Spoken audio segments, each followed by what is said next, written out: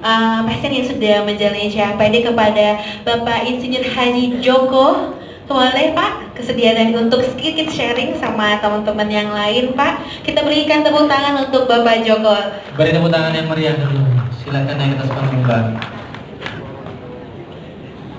Boleh? Oke, boleh mic-nya Pak Indra? Oke, boleh.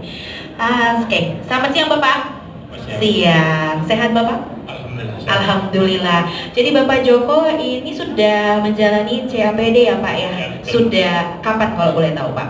Saya menjalani CAPD sudah 1 tahun 2 bulan. Sudah 1 tahun 2 bulan. Boleh diceritakan secara singkat Pak awal mulanya sampai Bapak didiagnosa, terus akhirnya harus disarankan untuk CAPD gitu Pak? Boleh? Ya, terima kasih Mbak atas waktunya. Baik. Izin dokter.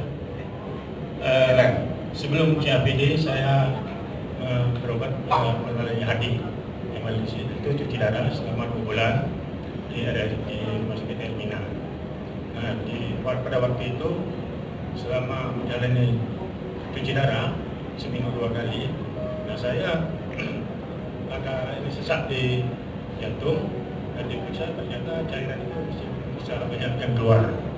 Jadi dianjurkan sama dokter saya harus ke CAPD. Nah, jadi sampai saat ini saya menjalani CAPD itu selama sudah 1 tahun 2 bulan ini. Waktu awal-awal setelah di CAPD gimana Pak rasanya? Perbandingannya dengan Bapak dulu HD biasa gitu? Jadi pada awalnya kalau saya HD itu sehari sebelum HD saya selalu gelisah dan jantungnya berdebar-debar terus. Nah jadi pada waktu mau HD, setelah HD saya pusing juga. Nah, dan jantung masih terasa nggak stabil. Nah setelah saya menjalani CAPD, saya itu makannya ada banyak sedikit, minumnya juga ada banyak sedikit. Jadi di badan juga agak enak. Napasnya nggak terlalu tersendat-sendat. Itu yang saya sementara. Mungkin saya tambahkan sedikit Dr. Winda. Kalau pada pasien-pasien yang cuci darah, maka dia harus dibatasi makan buah ya, karena makan buah itu tinggi kalium. Apa akibatnya ke jantung? Bisa terjadi gangguan irama jantung. Jangan sampai tidak tahu ya pasien-pasien cuci darah. Tapi pada pasien CAPD, karena biasanya kalium ikut dalam pengeluaran cairan, lebih sering malah turun kaliumnya. Sehingga makan buah boleh Pak ya? Ya boleh. Boleh. Buah boleh. Boleh Bapak. Air kemihnya masih banyak? Masih Pak. Masih banyak. Jadi makanya mungkin salah satu yang membuat Bapak ini kondisinya sehari-hari lebih baik karena dia beralih ke CAPD. Oke. Jadi kurang lebih kan sudah 1 tahun ini, Dokter Novandia tadi jelasin kan Pak, harus rutin nih berapa jam sekali harus ganti cairannya. Maaf sebelumnya Bapak masih beraktivitas, masih kantor atau enggak lagi Pak? Alhamdulillah sudah pensiun. Oh alhamdulillah sudah pensiun ya Pak ya. Jadi sehari-hari gimana Pak rutinitas mengganti cairan tersebut? Jadi sehari-hari saya ada dokter pengganti juga. Jadi istri saya. Oke. Jadi kata Pak Novidian ya. Ada istrinya nggak? Ada Pak. Suruh sini. Mana istrinya nih? Ibu. Oke, nih biasanya pasien-pasien HD pasti didukung oleh keluarga-keluarga yang luar biasa, baik itu istri, suami, anak, ya kayak gitu. Karena mereka adalah orang-orang yang full support untuk keluarganya. Ya, Ibu, namanya siapa Ibu? Ibu Sri Wahyuningsi. Ibu Sri Wahyuningsi. Ibu boleh nggak cerita suka dukanya selama Bapak sudah dipasang CAPD ini gimana Ibu?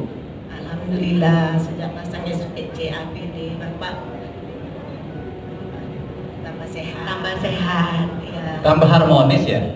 Caknya tambah harmonis ya. Cak tambah pengantin baru itu nggak tambah Balik yang gitu ya. Terus Ibu gimana? Ada kesulitan nggak mau ngedampingin Bapak sama menggantikan cairan? Ada. Semuanya dilakukan dengan sukacita ya Bu ya.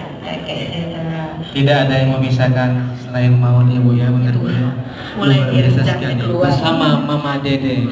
Mama Dede. Jadi tapi harus tetap kontrol rutin ya Pak ya. Berarti kalau udah CAPD gini nggak harus cuci darah lagi ya dok ya? Tidak ada. Oke, siap. Apa yang harus dijaga selama kita udah terpasang CAPD gitu? Ada hal-hal yang harus kita pantang nggak dok? Gitu. Jadi sebenarnya kalau sudah CAPD ini yang paling penting kebersihan, itu nomor satu.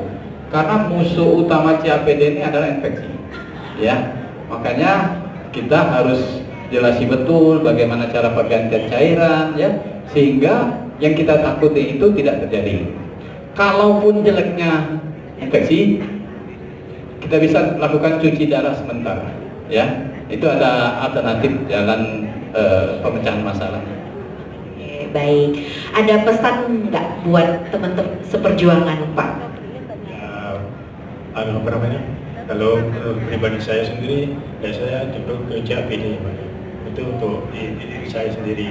Jadi saya, kalau memang teman-teman bisa beralih ke situ, ya apa salah? Oke.